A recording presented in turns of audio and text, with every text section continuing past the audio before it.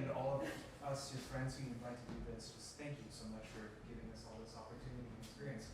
So, you have chosen Importance of Being Earnest, which is a fabulous play. Why the play? What attracted you at first? So, The Importance of Being Earnest is a very, very famous play, Oscar Wilde. And I think it was a little bit of random chance. I just happened to pick up a collection of Oscar Wilde plays and started reading through all of them. I was actually at Yale, and I was doing a graduate seminar on opera composition. And the teacher had specifically suggested to me that I look at this one play by Oscar Wilde called Lady Windermere's Fan. He was convinced that it would make an incredible opera, and I'm sure that in his hands it would have. But I, of course, saw The Importance of Being Earnest, and I just read the play and completely fell in love. It's a mad farce. It's got all of the kind of elements of, mistaken identity and people thinking one thing, saying one thing, doing a completely different thing that are part of some of the best operatic comedies like The Marriage of Figaro, Barbara of Seville, so many comedies that have these kinds of themes, and I just thought to myself, this is the play that I want to build my big opera. Awesome. So, one of the things that can be actually quite challenging is writing funny music, or writing music that supports comedic things. How did you approach that in this play? For me, the writing is so brilliant that, so I am technically the librettist because I'm adapting Oscar Wilde's words. He's not around to help me shape this.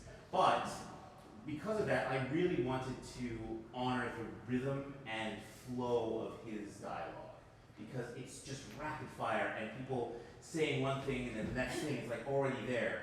That can be very confusing if you don't do it carefully. So the process for me was a lot of stripping out unnecessary text, but still keeping enough text that had that sort of rhythm and flow. And I think if I can set the text naturally enough, the comedy is already there. And the situations are so inherently funny that I think I have a good shot at getting a couple of laughs. It's hard in music, I agree with you. But if Mozart could do it, my favorite opera is Marriage of Figaro, and I know it can be done, so I'm just going to keep trying. Well, I can say, having heard the rehearsals, what you'll hear tonight is that the text editing this is very cool. You'll hear the way it's going to be great. That's great. I appreciate it. So, last question. Sure. Tell us a little bit about the scene that we're going to see. We're not going to give you, 3 hours of right. things in it. So it's about a 20-minute scene. It starts about halfway through the play. This would be the beginning of Act 3 of a 4-act structure. So the general theme of the play is that there are these two men, Jack and Algernon, and for various reasons, they have both been telling two women, Gwendolen, who is Jack's beloved, and Cecily, who is actually Jack's ward, no relation, but she has always called him Uncle Jack.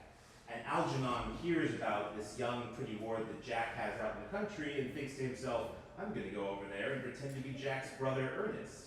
But all along, Jack has been telling Gwendolen that his name is Ernest, so that nobody in the country would find out about all the sort of scandalous things he does while he's in the city. So now we've got a situation where there's two women, Gwendolen from the city, Cecily from the country. They both think that they are engaged to Ernest Worthing. Of course, neither one of the men is Ernest Worthing. So Gwendolen shows up at Cecily's house, and she's trying to figure out who is this young girl who unexpectedly lives with my fiancé. And that's where we start. So I think that's probably enough to give you an idea of where we're going with this.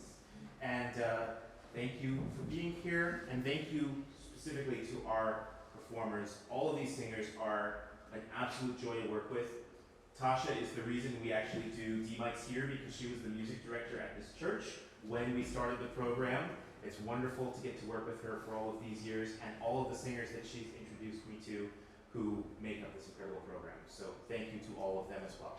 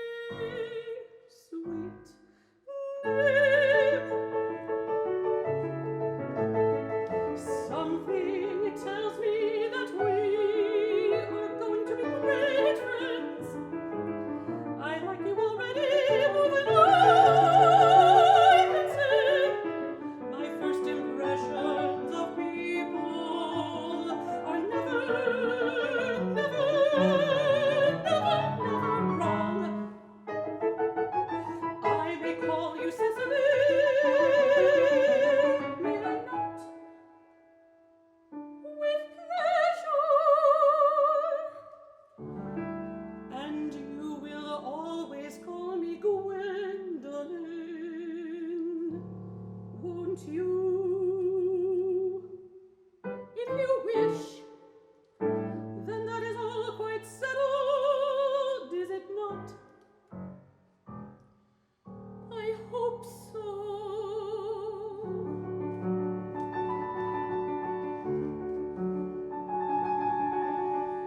You are here on a short visit, I suppose. Oh, I live here. Your mother, no doubt, or some female relative of advanced years resides here also. No, I have no mother, nor in fact any relations. Indeed, my dear guardian, with the assistance of Miss Prism, has the arduous task of looking after me. Your guardian? Yes, I'm Mr. Worthing's ward. Oh. It is strange. He never mentioned to me that he had a ward. How secretive of him. He grows more interesting hourly. And yet, I am not sure that the news inspires me with feelings of unmixed delight.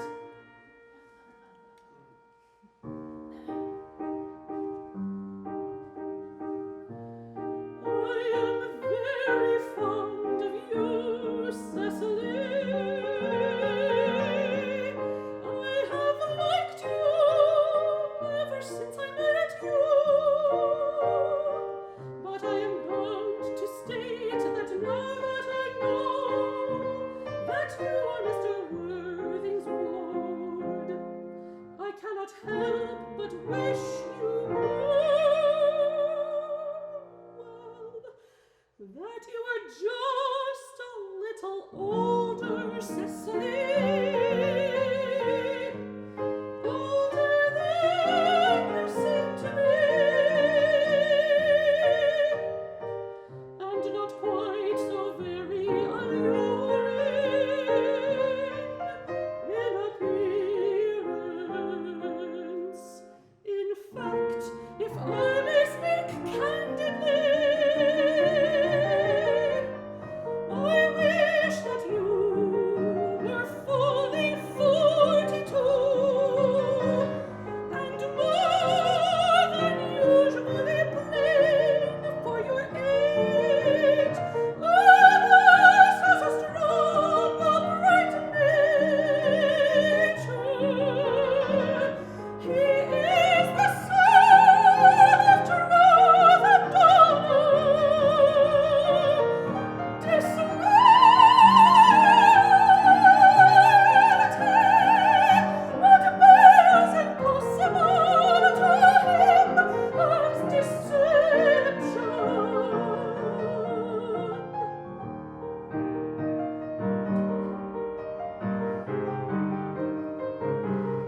But even men of the noblest moral character are extremely susceptible to the physical charms of others.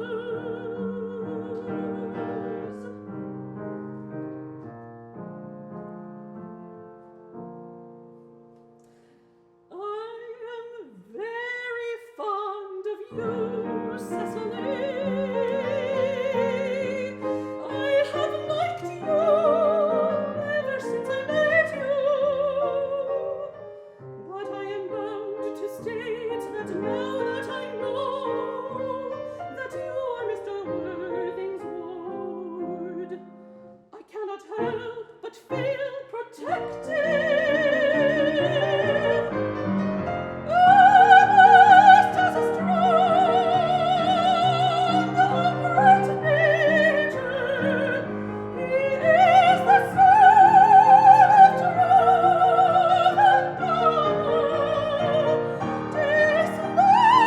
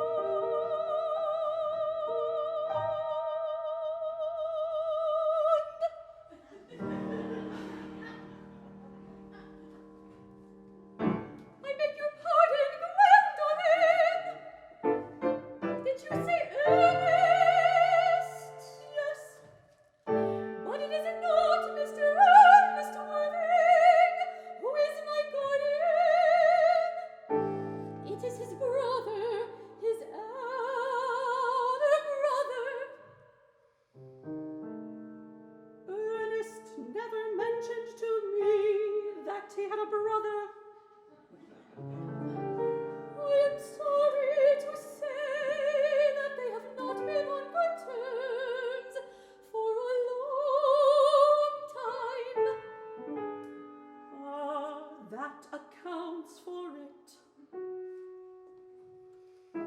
Cecily, you have lifted a load from my mind. I was growing almost anxious. It would have been terrible if any cloud had come across a friendship like ours, would it not? Of course, you are quite sure that it is not Mr. Ernest Worthing who is your guardian. Quite sure.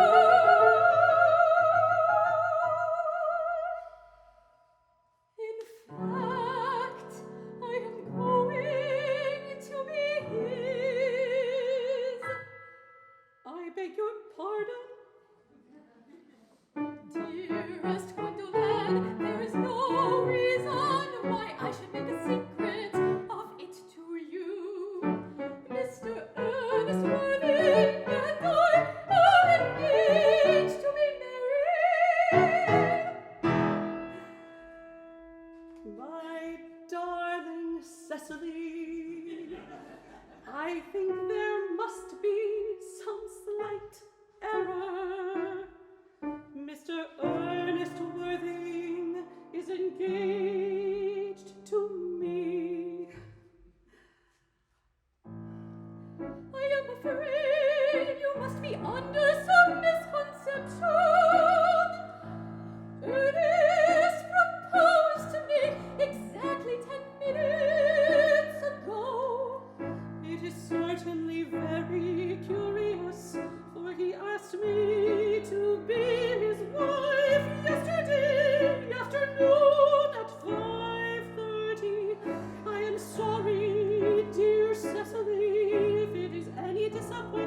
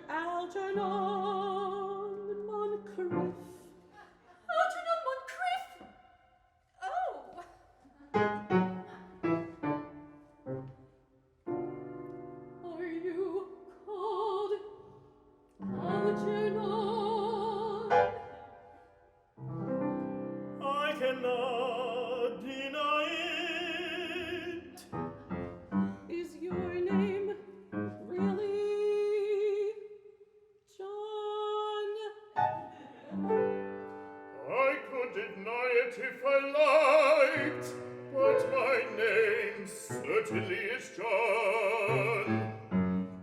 It has been Jean for years. A gross deception has been practiced on both of us. My poor wounded Cecily, sweet Lord Gwendolen, you called me sister, will you not? Mr. Worthing, Uncle Jack, where is your brother Ernest? We are both engaged to your brother Ernest, so it is a matter of some importance to us to know. Where is your brother Ernest?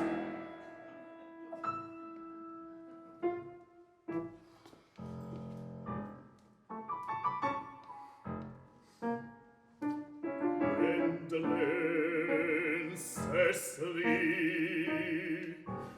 it is very painful for me to be forced to speak the truth. I am really quite inexperienced in doing anything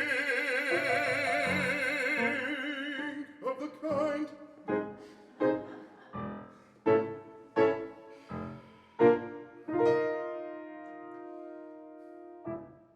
I have no brother, Ernest.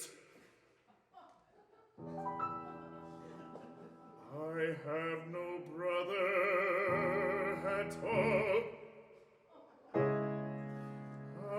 never had a brother in my life, and I certainly have no intention of ever having one in the future.